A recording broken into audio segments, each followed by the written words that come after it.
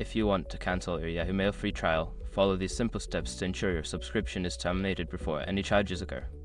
Step 1. Sign in. Log into your Yahoo Mail account using your username and password. Make sure you are accessing the account associated with the free trial. Step 2. Access account settings. Once logged in, click on your profile name or icon in the upper right corner of the screen. From the drop-down menu, select Account Info to access your account settings.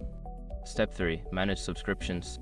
In the Account Settings menu, look for the Subscriptions or Manage Subscriptions option. Click on it to view your current subscriptions, including the free trial. Step 4. Cancel free trial. Locate the Yahoo Mail free trial subscription in the list. Click on the option to cancel or unsubscribe. Follow any prompts to confirm the cancellation. Step 5. Check confirmation. After cancelling, check your email for a confirmation message from Yahoo. This will ensure that your free trial has been successfully cancelled and that you will not be charged. Make sure to complete these steps before the trial period ends to avoid any charges. If you have any issues, consider reaching out to Yahoo customer support for assistance.